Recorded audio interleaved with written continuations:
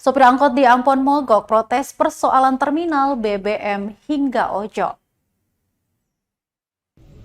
Puluhan sopir angkot Kota Ambon melakukan aksi mogok di Gong Perdamaian pada Rabu 22 Februari 2023.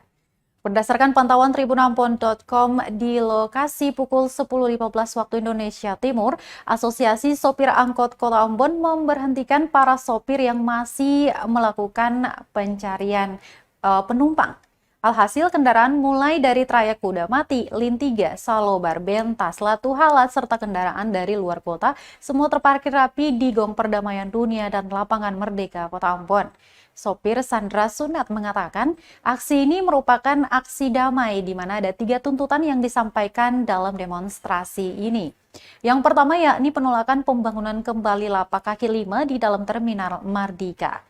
Selain itu juga persoalan transportasi online. Mereka tidak membayar parkir menurut para sopir angkutan kota ini.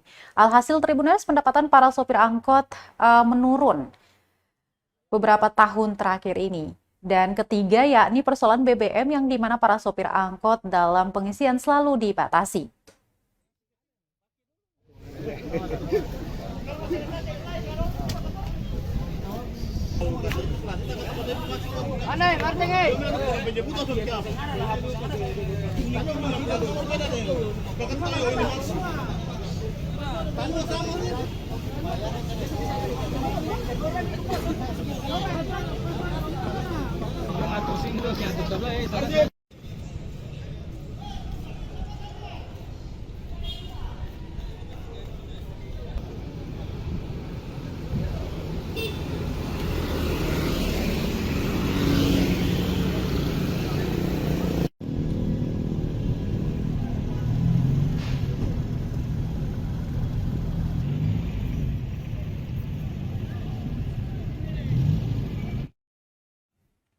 Terima kasih sudah nonton.